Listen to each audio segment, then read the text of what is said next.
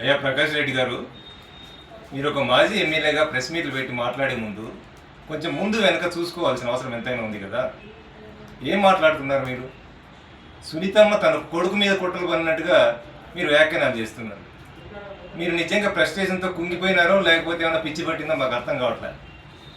ఇలాంటి దిగజారుడు మాటలు, దిగజారుడు రాజకీయాలకు మీ పార్టీ ఎప్పుడు ముందుంటుందా అని మాకు పదే పదే చాలాసార్లు అనుమానం వస్తూ ఉంటుంది. ఈ పార్టీ వచ్చిన తర్వాత రాజకీయాలు భ్రష్టు పట్టిపోయినాయి అనేది రాష్ట్ర వ్యాప్తంగా అందరికీ తెలిసిన విషయమే.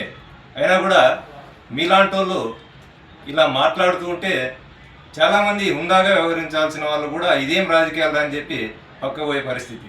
ఏం మాట్లాడుతున్నారు మీరు? 2019లో పరిటాల శ్రీరామ్కి ఓడిపోయే సీట్ ఇచ్చింది వాళ్ళ తల్లిగారు అని చెప్పారు. ఏ తల్లైనా కొడుకు మీద కుట్ర పన్నుతుందా?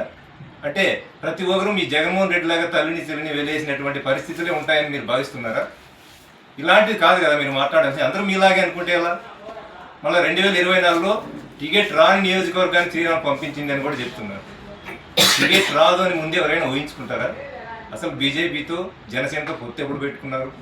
మీ అరాచకాలు, మీరు చేస్తున్నటువంటి దౌర్భాగ్యాలు ఇవన్నీ చూసి అందరూ కలిసి పోరాడితే తప్ప ప్రజలకు న్యాయం చేయలేమనే ఒక పరిస్థితిలో 3 పార్టీలు ఏకమై పొత్తు పెట్టుకున్న తరుణంలో ఇక్కడ ఒక బీసీ నాయకునికి టికెట్ కేటాయిస్తే అంతవరకు పోరాడినటువంటి పరిటాల శ్రీరామ్ గారు ఎంత హుందాగా వ్యవహరించారు?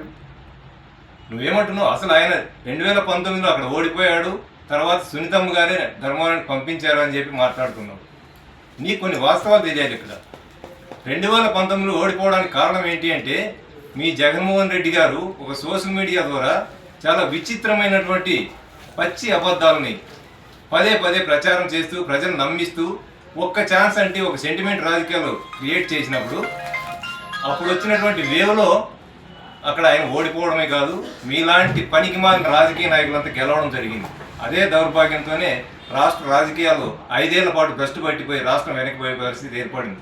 ఇక 2024 టికెట్ రానిది అంటున్నావు.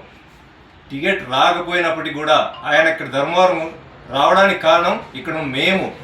అప్పటి వరకు 2019లో పార్టీ ఓడిపోగానే ఇక్కడ మాకు అండగా ఉన్నటువంటి నాయకుడు ఆయన ఇక్కడ కూడా మీలాగే అరాచకాలు సృష్టించే నాయకుడు కేతిరెడ్డి గారికి భయపడ్డారో లేకుంటే హోల్సేల్గా మీ పార్టీకి భయపడ్డారో తెలియదు, కానీ వెంటనే బీజేపీ కండువా వేసుకొని మమ్మల్ని అందరినీ దిక్కుతోచని స్థితికి నెట్టేస్తే మేమంతా మా అధినాయకుడైనటువంటి చంద్రబాబు నాయుడు గారి దగ్గరికి వెళ్ళి కూర్చొని మాకు పరిటాల శ్రీరామ్ గారే మా ధర్మవరం నియోజకవర్గానికి ఇన్ఛార్జిగా రావాలని గట్టిగా పట్టుబడితే మా ఒత్తిడికి తలొక్కి పరిటాల శ్రీరామ్ గారిని రిక్వెస్ట్ చేసి ఇక్కడికి పంపించాడు మా అధినాయకుడు చంద్రబాబు నాయుడు గారు. ఆ నేపథ్యంలోనే ఆయన వచ్చిన తర్వాత మేమంతా ఆయన ఇచ్చిన ధైర్యాన్ని పుణికి పుచ్చుకొని మీలాగా రాజకీయాలు క్రియేట్ చేసే కేతిరెడ్డి గారి మీద మేమంతా అనేకమైనటువంటి తప్పుడు కేసులకు, దాడులకు, దౌర్జన్యాలకు వెరవకుండా ఎదురొడ్డి నిలబడి మా ధైర్యం పరిటాల శ్రీరామ్ అని చెప్పుకుంటూ మేము పోరాడాం కాబట్టి ఇక్కడ పార్టీ 2024 బలోపేతం చేసుకున్నాం. అయినప్పటికీ కూడా పొత్తులో భాగంగా ఒక బీసీ నాయకుడికి టికెట్ కేటాయిస్తే పరిటాల శ్రీరామ్ గారు పిలిచి మేమంతా బాధపడుతుంటే కూడా ఆయన పిలిచి ఒకటే చెప్పారు, ఇక్కడ ఒక బీసీ నాయకుడి టికెట్ వచ్చింది, ఆయన గెలిపిస్తే నన్ను గెలిపించినట్టే అని చెప్పి మమ్మల్ని ఓదారుస్తూ మీరంతా నా కోసం పనిచేసినట్టుగానే ఆయన కోసం కూడా పనిచేయాలని చెప్పి మమ్మల్ని అందరినీ కూర్చోబెట్టి మోటివేట్ చేస్తే మేము ప్రతి పోలింగ్ స్టేషన్లోనూ మీలాంటి అరాచకవాదులకు ఎదురొడ్డి నిలబడి ఓటింగ్ జరిపిస్తే ఆయన గెలిచారు ఎమ్మెల్యేగా. గెలవడమే కాదు, మా పార్టీ పొత్తు ధర్మాన్ని పాటించి ఆయనకు మంత్రిగా కూడా ఒక ఘనమైన అవకాశాన్ని ఇచ్చారు. ఇది మా నాయకుడు ఉన్నటువంటి చరిత్ర, ఆయనకు ఉన్నటువంటి రాజకీయ మెచ్యూరిటీ.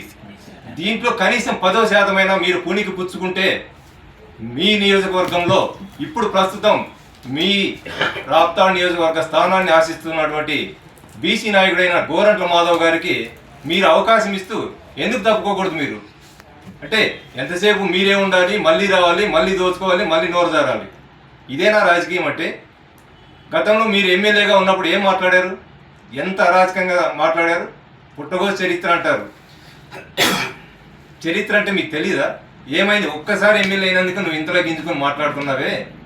8 సార్లు ఎమ్మెల్యేలుగా, మంత్రులుగా ఈ మొత్తం రాష్ట్ర రాజకీయాలని ప్రభావితం చేసినటువంటి ఒక ఘనమైన చరిత్ర కలిగినటువంటి పరిటాల రవీంద్ర గారు, ఆయన చరిత్రను కూడా పుట్టగోసు చరిత్ర అంటూ ఎగతాళిగా మాట్లాడినటువంటి నీ పరిస్థితి ఈరోజు ఏ స్థితికి చేజారిందో, ఏ పుట్టగోసులోకి పోయిందో కూడా తమరు ఒకసారి గుర్తుపెట్టుకోవాలి సార్. అట్లానే మీరు ఇంకోటి కూడా చెప్పారు, 2024లో సునీతమ్మ గారు గెలుస్తుందంటే ఓ అబ్బో ఆయమ్మ గెలిస్తే నా మీసం తీయించుకొని తిరుగుతానని చెప్పి సవాల్ చేశారు. మరి మీరు నిజంగా మాట మీద మీరు నిలబడగలిగితే ఆ మాట ఏమైంది? ప్రతి ఒక్క కార్యకర్త ఈరోజు క్వశ్చన్ చేస్తున్నా, మీ వైసీపీ కార్యకర్తలు అడుగుతున్నారు ఏంటిది అని. మరి అలాంటివి నిలబెట్టుకోండి, కానీ అలాంటివి చేస్తే మీకు మీ నాయకత్వానికి కొంత గౌరవం ఉంటుంది. కానీ ఇలాంటి దిగజారుడు బోడుగుండుకి మోకాలకు ముడిపెట్టినట్టుగా తల్లి కొడుకు మీద కుట్రలు చేస్తుందని మాట్లాడితే ఎక్కడుంది ఇది? ఇదే కాదు, ఇలాంటి రాజకీయం సహించలేకనే ప్రజలు మీకు 11కు పరిమితం చేశారు. 2024కైనా కనీసం ప్రతిపక్షానికైనా ఎగబాకాలి అంటే మీరు ఇలాంటివన్నీ మానుకొని ఒక హుందాతనమైన రాజకీయాలు చేయండి, వాస్తవాలను జీర్ణించుకోండి. లేకపోతే జీరో వచ్చే అవకాశం కూడా ఉందని చెప్పి ఈ సందర్భంగా తెలియజేసుకుంటున్నాను.